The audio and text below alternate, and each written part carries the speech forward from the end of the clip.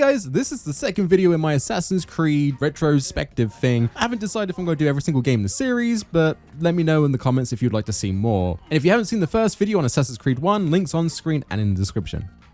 So Assassin's Creed 1, despite its flaws, was a revolutionary title, and even Ubisoft knew this would be the case, as development for Assassin's Creed 2 started before Assassin's Creed 1 even hit store shelves. Okay, I'm gonna be honest, I can't tell if this is incredibly smart knowing that it was gonna be such a massive success right at the gate, or if it's just greed. And judging by later titles, I think it was the latter. Regardless, gamers would only have to wait 2 years for AC2 to launch in 2009, and I remember getting so incredibly hyped for this game. The trailer looked so cool, and the Renaissance period for the title had so much more character than what we had with AC1. I was so excited. Like I mentioned in the first video, I absolutely loved AC1 despite its flaws when I was a younger, more or less defined Thai. Granted, that all changed when I replayed the title, but anyway, that's the other video. But there was a lot riding on Ubisoft to make a sequel. So what do? Do you just try something completely different, or do you just replicate the exact same formula that was so well received in the first title? Well, there is a third option. You could just improve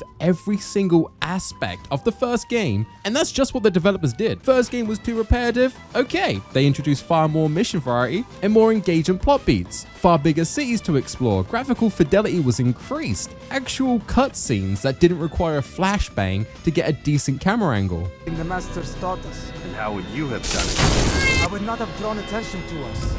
Subtitles, thank God. Much more extensive kill kit, less jank. Well, still some jank, but less. You will not get me, assassino! This is none of my affair! A much more likable and down-to-earth protag, deeper storylines, more conspiracy theories, more assassins, more assassinations, Rosa, a much more banging soundtrack, character upgrades, deeper lore in modern day, less empty horse riding segments. Did I already mention Rosa? A full economy system that was absolutely revolutionary for the time, and far more collectibles to collect. Actually, we're not too happy about that one. Okay, you've got to admit, developers were popping off, and honestly, it's impressive they improved so much on the original title in AC2. It feels like a completely different league to the first game, but it's in no way a perfect title. Like I said, there's still jank for days, the story gets a little bit too bloated for its own good, and most of the longer game time is artificially extended and comes across a little bit patronizing. But the conspiracy stuff I found quite fantastic. This time around, and in this video, I'll explain why the first seemingly tutorial side mission Ezio does for his father, way before he even becomes an assassin, is so detrimental to his character. And it comes full circle after 15 hours of game time. So keep watching the video, I'll go over that. So just like with AC1, I loved the title growing up. So let's see if nostalgia has been a cruel mistress again, and is it really that good? Or am I gonna get double whammied and find out this game's actually bad? Let's dive in and take a look. Remember to subscribe. Okay, so Assassin's Creed 2 starts directly after AC1, which ended with Desmond looking at Subject 16's conspiracy Reddit post all over the wall. Lucy bursts in covered in blood to help rescue Desmond, and you can already tell the models have had a massive upgrade from the first title. We quickly download some data from the Animus about another one of Desmond's assassin ancestors, Ezio Auditore da Florence, and also some information from Subject 16's trips in the Animus. More on him later, it's kind of weird. And the duo escapes Abstergo, and Desmond, after virtually playing around as an assassin for so long, has a little bit of swagger in his step. To be fair, after making the last video, I walked around my house the same way. Shame he's not very good at fighting still. Lucy! Lucy, help! Lucy, I'm getting my ass kicked. Now you might be wondering, what did the Templars do once they got the map to all the pieces of Eden at the end of Assassin's Creed 1? What are they planning to do with them? Who were the mysterious figures watching them as they did their sessions? What does it all mean? Don't worry, none of that gets answered in this game. AC2, rather than answering questions that were brought up in the first title, decides to just ask you more questions, and it's as infuriating as it sounds. After escaping Abstergo, we meet up with two other assassins, Rebecca Crane and Sean Hastings. Oh, man, I hate Sean. What's all this stuff for? This stuff, Desmond. Oh, this stuff is nothing special, really. This stuff. It's just the stuff that keeps our entire operation from falling apart, really. It requires a great deal of concentration to keep it all moving, so you'll forgive me if I don't have time to play meet and greet. Stupid British wanker. He's just a dick for no reason, and it feels like this guy always plays the exact same character in these games. Anyway, they plan on training Desmond in the ways of the assassin by reliving the life of his ancestor Ezio due to the bleed effect the Animus gives. Basically, this passes skills on to the user if they're in the Animus for long enough. This is why Desmond got the eagle vision at the end of the first game. This stuff just transfers over, and apparently muscle mass as well, because at the end of this, without any training, Desmond can climb near enough anything like an assassin who's been doing it for 40 years. Plugging in, we start right at the beginning, Ezio's birth, and then we jump 17 years. Okay, I guess nothing of value happened. Get used to that. We'll be time jumping a lot in this title, and it gets a little bit ridiculous later on. Ezio is now a rebellious teenager, voiced by Roger Craig Smith. Yep, we're playing as Sonic. You're too slow! I gotta hand it to Roger Craig Smith. I think he does a fantastic job as Ezio. It's one of my favorite roles he's done. Ezio, I should have known. May I come in? Fine, but only for a minute. A minute is all I need. Indeed. Well, wait, that came out wrong. Anyway, Ezio gets walloped with a stone, causing him to get a burst lip.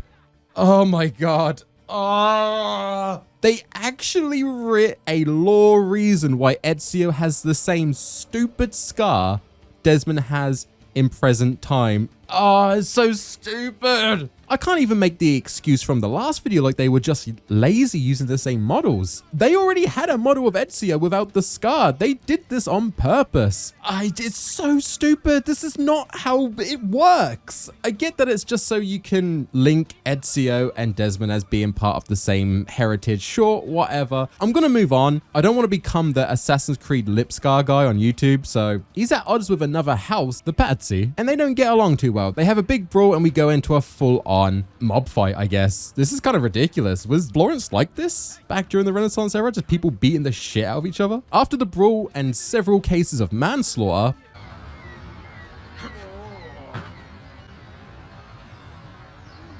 gonna be honest, if you can't swim living in Italy, then it's really your fault. Ezio then bros out with his brother Federico, and we get our title drop, and oh, the music is so good. I love AC2's soundtrack. It's like pure nectar to the ears. Just listen. It is a good life we lead, brother. The best. May it never change. And may it never change us.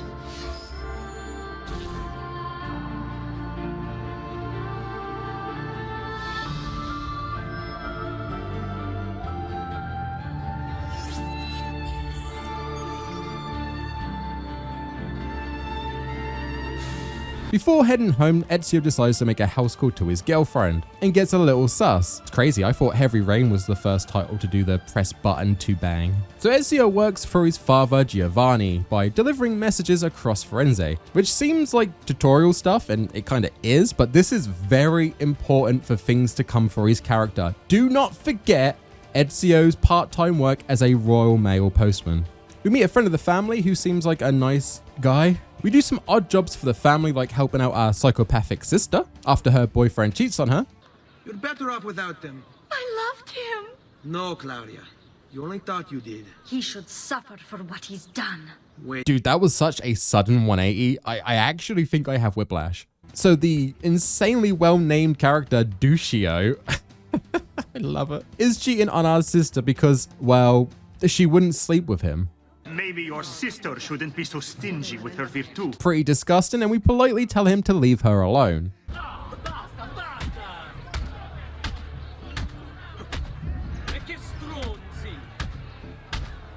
We also help a friend of the family out by moving some art pieces. He's some starving artist called, I don't know, he's not important, like Leopard de Spaghetti or something, I don't know. Anyway, this playboy lifestyle comes crashing down when the Auditore family gets framed for treason. Luckily, we didn't get snapped up by the guards, so we sneaked where they're holding them prisoner to ask Giovanni what the hell was going on. He instructs Ezio to go back home and find a secret chest and then take some messages to Alberto, the totally nice calorie disadvantaged guy we met earlier, to try and sort this whole mess out. In the secret chest, we also find a weird blade and a strange robe in Dad's collection. So, of course, why not we test out the fit? And I've got to say, AC2 standard assassin's robe is the best looking one in the series. This thing looks so goddamn good. Changed my mind. So Mother Dear and Ezio's sister are safe. They're hiding at the moment, but our mother is in pure shock due to the guards attacking them and hard R-ing her. Yeah. This game has a thing against women, I swear. We delivered the news to Alberto, and a strange man is listening in from the shadows. Now, I'm going to go out on a limb and say this is a bad guy because he is completely covered in an ominous red light, but more on him later. We're told to go to the town center, and all things should be sorted out thanks to passing the letter over to Alberto. We do this, but Alberto is a bit of a dick. Giovanni, Federico, and little bro, Peterico, get hanged. Ezio isn't too happy about this. So this is the start of Ezio's main arc, his revenge arc. And with the help of Paula, we learn to hide in crowds and pickpocket. And I'm gonna be honest, the blade hidden in the crowd mechanic is leaps and bounds better than AC2. No more running to find a huddled group of clan members. Now every NPC group can be used as cover, and I think it's so good. It really gives them a reason to have so many NPCs on screen at any given time. You can still sit on benches, but that's kind of pointless in this game. You won't really need to do this. But yeah, doing assassinations from groups of crowds never gets old. Now we need a weapon, and the hidden blade that we got from our father is broken, so Ezio reaches out to the spaghetti to try and fix it, and he does just that. The only issue is, to make it work, we have to remove our wedding finger, just like the assassins before us. Ezio begrudgingly agrees until Leopard decides to say, hey, I tweaked it so you don't have to do that. Oh, okay. So we're just completely shitting on the coolest part of AC1's lore. It's fine. Nobody's mad here. Look, I get it's a little extreme in universe, and making it not have to be done to use the hidden blade makes sense in universe. But there was something so baller about having to commit to the creed so hard by chopping off your finger. Ah, man, it's a shame that we don't see that aspect again in the series. Anyway, Ezio's now ready to get some revenge. Using our insane bat hearing, we find Uberto. You have overstepped your bounds, Uberto. Who are you to speak of bounds? You who have crowned yourself Lorenzo di Medici, Principe of Firenze. I've done no such thing. Lies the Pazzi. Is that what this is about? Be careful with your words, Lorenzo. You might attract the wrong sort of attention. And we take him out, stealthily. Ooh.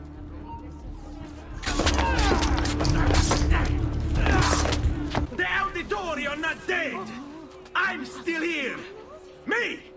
Ezio! Ezio Auditore! It's like I was never there. Now here we do get some documents that goes into the lore of Uberto a little bit more and tries to humanize the character like they did with AC1. So he betrayed his friend Giovanni because the Templars offered him a crap load of money and the means to support his very sick wife. That's pretty cool. Wish that was talked about in a cutscene or something, not hidden in walls of text. It kind of comes across like it was added last minute, and we don't really get too much more of this throughout the game, so I'm not going to touch on it. I just find it a little bit weak. Reading's not my strong suit, or even writing. My script is literally just a PNG of Rosa right now. I'm just staring at it while talking. So with Uberto dead, we have to escape, and chases are so much better in Assassin's Creed 2 compared to Assassin's Creed 1. And now you don't instantly get attacked when you're seen if you're in incognito mode. But if you stick it to the man too much committing crimes, you will become notorious, which basically makes the game play like Assassin's Creed 1. Every guard will be on high alert. Now, while that notoriety is being increased, you can decrease it by removing wanted posters, bribing officials, or killing witnesses. That last one feels like it breaks a certain rule. But to escape, now all you really have to do is get out of the GTA circle and then they will stop looking for you. It's so much more streamlined, much better. After escaping, Ezio and 1/3 of his family escape to Uncle Mario's villa in Monteriggioni. Mario makes a very, very obscure reference you might not have noticed when you first played the game. Don't you recognize me? It's a me, Mario! Now, Mario just straight up lore dumps on Ezio through this section, telling him that his family are assassins and that the Templars aren't very nice to them. Ezio, quite base, just says, I really don't care, and wants to run away with his family, but does slowly get groomed by Mario in the ways of the assassins, and kind of gets pressured into taking on his father's mission, killing off the list of Templars that betrayed him and who are planning some misdeeds. Seems very familiar. Our first target is the little Patsy boy, was that a slur? Who we take out very respectfully. Pezzo di merda! Vorrei solo che avessi sofferto di più! Hai avuto la fine che meritavi! Spero che brutto! And we see the super duper evil Templars meet up again. Seriously, this guy always has a look how evil I am light in every scene. He is excreting bad intent. Honestly lit up like a Disney villain. Ezio then spends 2 years training with Unc Mario, and then he decides to take up the mission of killing a bucket load of Templars, as it might make him feel a little bit better about the whole "my family's dead" thing. Don't judge him, everyone mourns differently. This is where the game opens up a bit more. The villa has seen better days, so we can just hoard a butt ton of money like Scrooge McDuck. Another Disney reference in one of these videos. Maybe I should revisit you after all. But we can use our money to buy upgrades on buildings, which go from looking really run down to actually kind of some upmarket stuff. So while we're hunting Templars, we can find viewpoints, which will then show us collectibles that will give us money that we can then use to build up the villa, as well as there being side missions.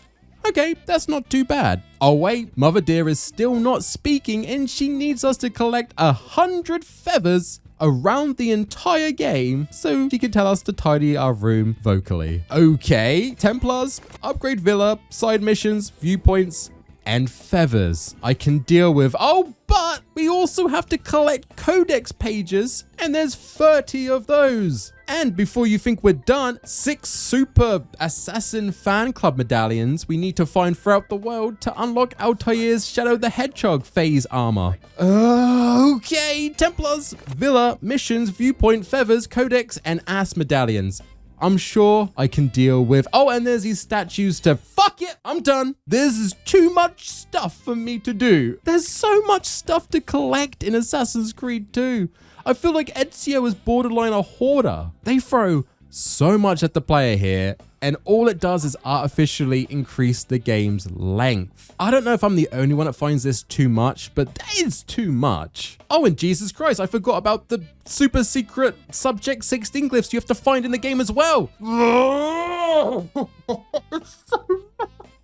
100% in this game is mental. I'm going to be honest with you guys, I am going to just be collecting the medallions to get Altair's armor, the codex pages, because they are actually mandatory to finish the game, so I don't know if I can even really class that as optional content, and Subject 16's glyphs, because that will give us a cool cutscene that hints at some more stuff further down the franchise's road, which we'll discuss later. It's just a lot of stuff. I was playing Assassin's Creed, not Banjo and Kazooie. For now, let's head out and kill some Templars. So there are a lot of Templars we need to cross off our list, and well, it's taken me this long in the video to get out of like the tutorial mode, so I won't be covering each and every target, but I will talk about the motive of the Templars and how I find them way more shallow than Assassin's Creed 1. In AZ2, the Templars are basically, I want to take over Italy with the help of the Peace of Eden to remove free will from the people. The Assassins don't like this. My main issue is, for one, it's the exact same motive they had in the first game, and two, the Templars are so one note in this title. They're just twirly mustache evil, and none of them stand out to me. If you asked me to name the targets you kill in this first section of the game, I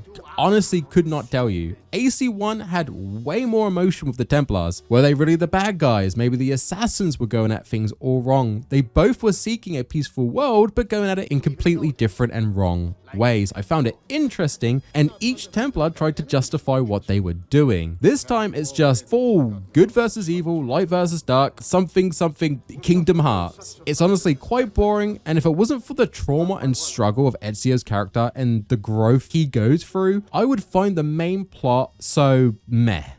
Like honestly, the only Templar that really stuck out to me was Marco, and that was only because I mistook his outfit for a massive majestic looking beard. Now, I will say this is the beginning of Ubisoft's weird obsession with the tailing missions. There are so many of these in Assassin's Creed 2, and man, are they repetitive. I hate these missions in the game, whether it's following a friendly NPC that seems to always be at below running speed, so you have to constantly slow down for them, or if you're trying to hunt a target that you have to spend 10 to 15 minutes, no joke, just following them until you get your shot at taking them out. And if you mess up the mission at all before you get to the assassination, boy, I hope you enjoyed that segment because you get to do that again. Fun. There are a couple of checkpoints in these missions, but they just should not be here, and it does not get any better in the franchise moving forward. Again, I don't get why Ubisoft loves this so much. They put them in every single game. I'm not a big fan. While hunting the Templars, Da Vinci decodes codec pages we find throughout the game, which gives Ezio new gear like smoke bombs that make fights an absolute joke, poison that makes some NPCs crash out, and the right to bear arms. He also later just casually invents the first flying machine, and it controls like ass. Ezio spends 7 years crossing out the Templars on his list as they try to rise to power through political means. Fortunately, Ezio is the one crux that keeps stopping him from doing this. At the same time, Ezio is knocking out the assassin catacombs collecting those medallions. Ezio somehow knows exactly where these locations are as soon as we open up a new area, which, I mean, for gameplay, brilliant. In terms of lore, this is the thing Mario dedicated his entire life to find and never found a single one, but whatever. He also missed 4 pieces of the codex in his front garden, so I don't think he's very bright. The catacombs are actually pretty fun side objectives and really brings that Prince of Persia heritage the original was based off of. Most of them are parkour puzzles and they can lead to these Templar chase sequences, but the devs didn't phone it in for these sections. These look beautiful. Honestly, more beautiful than most of the base game. While researching the game, Ubisoft actually traveled to Venice to take note of the architecture in the areas and the interiors, and it really shows here. Ezio grabs the 6 medallion pieces to unlock Altair's It's Not a Phase Mom armor. It's the best armor set in the game. Once you get this, you do not need to buy any armor upgrades, and it doesn't even need to be repaired. It's honestly pretty awesome and looks fly for an Italian guy. The black is cool, but I don't know, man. Call it nostalgia, but I prefer the assassin's robes being white. Is that a weird thing to say? I feel like my first council scandal was going to be based on assassin robes. It's fine, I could use the clicks. Honestly though, I cannot imagine Altair rocking this fit. It just seems wrong to me. Once all the Templars are crossed off the list, Ezio acquires a piece of Eden. Oh yeah, halfway through the game, I remember these things. They're quite important. Once acquired, the sequence then breaks and we go back to Desmond in present day. Oh yeah, I remember these things. AC2 does spread the modern day sections much better than AC1, but almost to the point where I legitimately forgot that it was even a plot thread, and it was kind of jarring. So Desmond's slowly becoming an assassin, but the bleed effect has some negative side effects as he starts hallucinating a strange woman. He then takes a big boy nap and suddenly we're Altair and Acre again. Honestly, kind of huge. I was legitimately like, yeah boy, when this happened. It's Altair, love this guy. The section has him mid-chase against a Templar. Desmond assumes this is just his next target for something, and I generally find it funny that Altair plays just like how he did in Assassin's Creed 1, jank and all. He feels horrible to play as after rocking Ezio for a while. I feel the devs did this on purpose to make the player connect with Altair more, make the player feel like, oh yeah, this is nostalgic. But it also cements the fact that Altair is in fact the worst assassin skill-wise in the entire series. I just want to climb up the stupid wooden block. Oh my god. Honestly, this one clip could sum up my entire Assassin's Creed 1 video.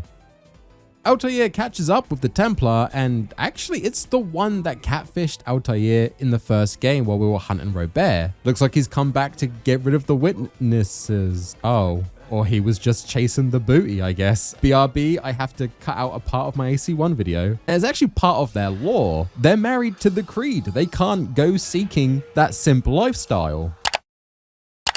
After a night of Netflix and leap of faiths, he dips, but the camera stays with the Templar Maria. This actually implies that the rest of Altair's family tree, leading all the way down to Desmond, is actually a mix of assassin and Templar. Honestly, pretty interesting. Shame it doesn't come up for the entire rest of the game, just like every other cool thing in Assassin's Creed 2. It's just thrown at the player as a little bit of, hey, isn't this cool? We're not going to explain it. Anyway, on to the next cool thing. They're obviously going for a Desmond hails from both worlds type of story. He has a bit of assassin and Templar in him, but it's just another plot thread to bear in mind at the moment, and we have like 40 of these going off at the same time already, and it doesn't get much better moving forward in the franchise. Okay, so back with our boy Ezio, we learned that everyone so far who's given us a helping hand throughout the game were actually assassino. Again, I really missed the white robes. It would have made it so much easier to know who's who. They've officially decided that Ezio has grown enough to be an official member of the Creed. Oh god, it's a cult. And they proceed to brand him, making him an official member. And then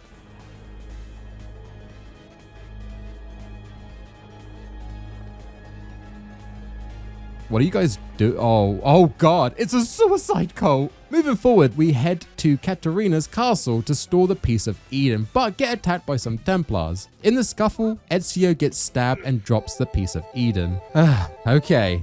And no joke of a lie, some random monk walks into frame, picks it up, and leaves Ezio to bleed out. Then 10 years pass. So literally we get the piece of Eden, some random dude just pops up and steals it, and it takes us 10 years to then be like, you know what, we should go get that back. We literally lose the most important artifact to some random dude for 10 years. This timeline stuff is a bit ridiculous. Anyway, Ezio all bearded up now, fully on his Marshall Mathers phase. Seriously, does anyone else feel like he looks like Eminem? I can't unsee it. The monk who stole the piece of Eden has taken over Florence, and Ezio has to go over there and kill 9 of his highest ranking employees before he can take out the monk. Welcome to Assassin's Creed 1 in Assassin's Creed 2. This literally feels like they wanted to play some nostalgia to the original title. You know, the one that came out all the way back in 2 years ago. But man, for me, it came across as pure game time extension. The kills are fun at least. You can come at them any way you want. And I love that from stealth games. If you either want to sneak onto a boat and kill the target incognito without anyone seeing you, or just walking up to them in a crowd and dishing some lethal lead poisoning, it's pretty great. But we're quite late in the game right now. We're almost at the end of the game, and I thought we were wrapping up the main story, not going into a B plot. One thing I will say, again, just like Assassin's Creed 1, the targets ain't exactly aware of what they are doing. Well, some of them. You see, they're being controlled by the piece of Eden the monk has, so they're not actually aware what they're doing. They've been thralled by the monk. So when Ezio takes these guys out because he feels like he has to free the city, we learn that they're probably not all bad guys. Some of them are, but some of them literally had no idea what was going on. So we did technically just kill a bunch of innocent people.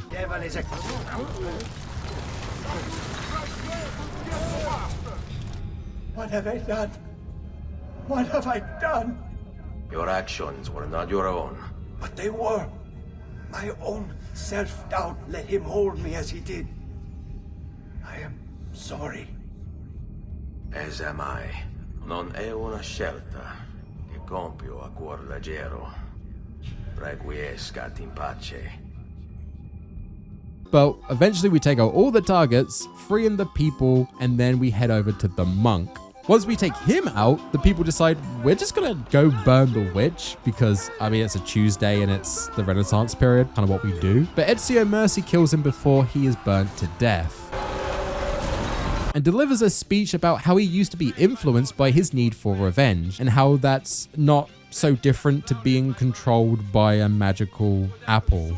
And how being human means having the ability to choose. It's sweet, to be honest, but we did just kill a bunch of innocent people who were stripped of that choice, not due to their own means. So yeah, I don't know who's the bad guy here, but look at little Ezio, he's all grown up. Pat on the back. Now, before the final mission, we have to go collect all the codex pages. Thankfully, I only had 2 to go find and it took me a couple of minutes because I made a point to collect them throughout the story. But if you didn't, This is a massive cock tease right at the final moment of the game. It's literally just a wall saying, you gotta go back out there, son. Collect some paper. Once all the pages are collected, they will show a location to a vault hidden under the Vatican, where Rodrigo, the spooky, ominous light guy, has become the new pope. So I guess we're heading out and beating the shit out of a man of God. We confront him and then Kage Bushin no Jutsu his ass and completely skill diff him in the process. After one round, we're not quite done. Ezio decides to go hand to hand on him and proceeds to disrespect him further. And honestly, it's quite cathartic. Beating this guy to a pulp feels great. The boss fight itself is boring mechanically. He's just a NPC with a higher health bar, but something about just repeatedly beating the crap out of him is good stress relief. I even tipped the guy for such a good time. The central text of your faith? Are you so naive? I became Pope because it gave me access.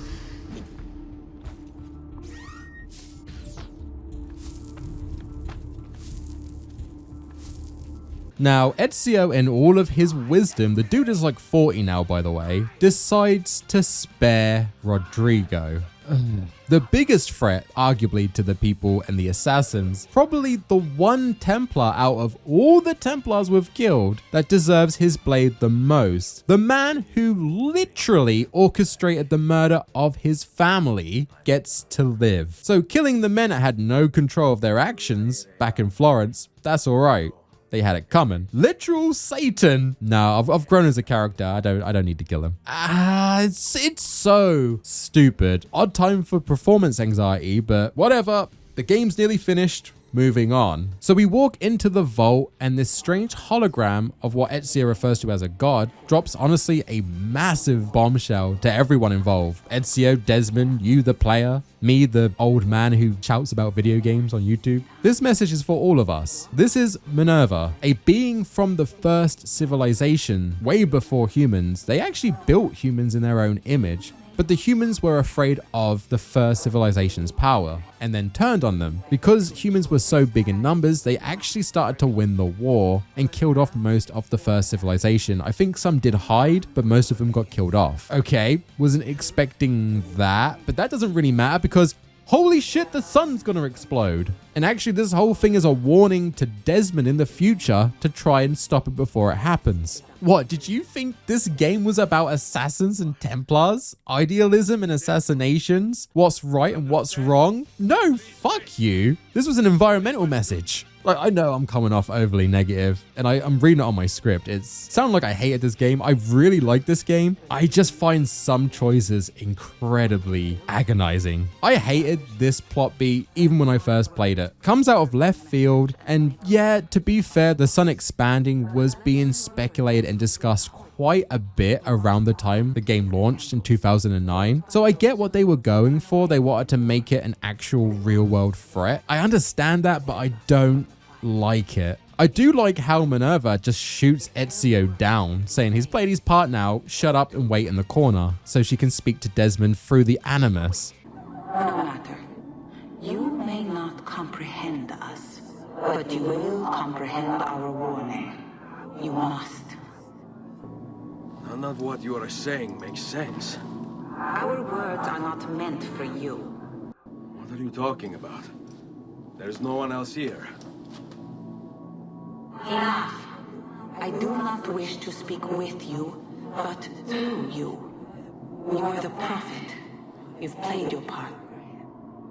As he's just like a vessel for this message. It's kind of creepy, and the way she looks at the camera kind of makes it feel like she's talking to you, the player. I dig it. And it does roll into Ezio's character like I teased at the start of the video. He was a messenger when he worked for his dad. His entire life was just passing on messages, being a conduit to relay messages to his father's friends and enemies. And that's what he is here. He's relaying a message to his future descendant. It's kind of sad. That's what his role in life is. Throughout the story, we really start to care about Ezio and his plight and really get to know him as he goes through his journey. Finding out he's just some miscellaneous pawn used by a future past woman, it hurts to hear, and even Ezio's a bit confused. This is way out of what he can comprehend. But this does play into Subject 16's story. Oh fuck, I forgot to talk about Subject 16. So while exploring and finding his little YouTube short collection, through the glyphs in different historical buildings, you have to do a little mini game and then you get a 1 to 2 second snippet of a video. Once you collect all of these, it plays out as Adam and Eve running from the Garden of Eden with, you guessed it, a apple of Eden. This just implies that the story from the Bible is actually really real, and it also implies this is probably how the humans won against the precursors. Adam and Eve probably stole an apple to help with the rebellion, and that's that story. Other than that, there's not much to glean from this. It's just a cool little conspiracy video. If you can pay attention to it, I kept focusing on the fact they did not have buttholes and the YouTube friendly booba.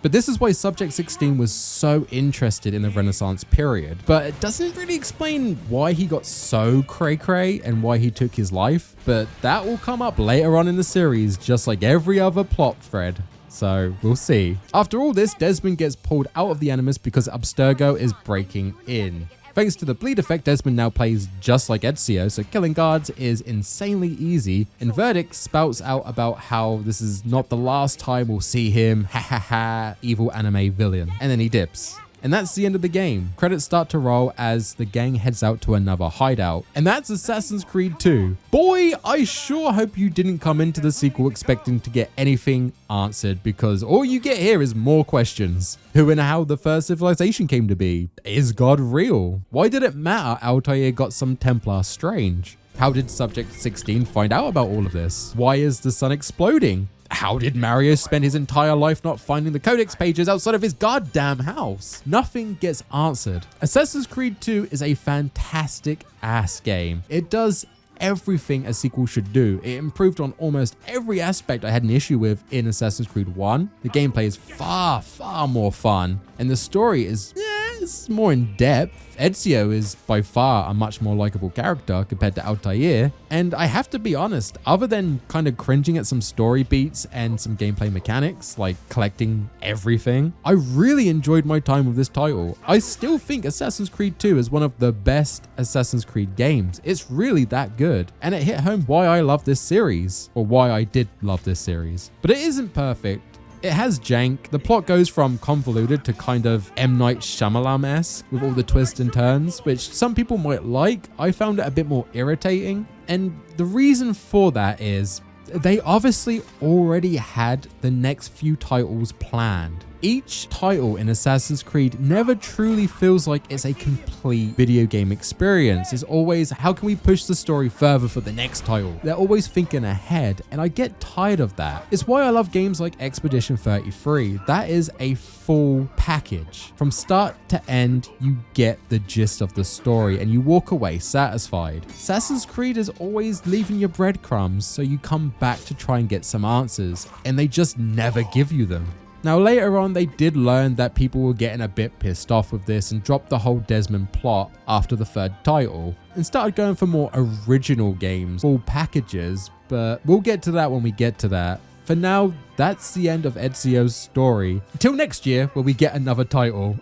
If you want me to cover Assassin's Creed Brotherhood, like I always say, let me know in the comment section. From what I remember, I think Brotherhood was peak Assassin's Creed, so yeah, it'll be interesting to look at. Thank you so much for watching this video, especially if you've stomached my British ass all the way to this point in the video. And as always, a massive glazing to my Patreons. Honestly, without you, I'm not sure I'd still be pumping out these videos. The support you give me helps so much more than you'll ever know. And if you would like to join up as well and get a shout out at the end of every single video, click the link on screen and sign up. I've started posting old reviews that for one reason or another I never posted on the channel. The first one was one I did on Bayonetta years ago. These are exclusive to Patreon, so if you're interested, I'll see you over there. But for now, thank you, Pitstab, Ali Tato, Chris Spicer, The Shane 209, Critical Quacker, and Red Fish. You guys are the creed to this guy in the tie's ass. What? See you in the next video. As always, stay safe out there and stay fashionable, gents. Tie out. Peace.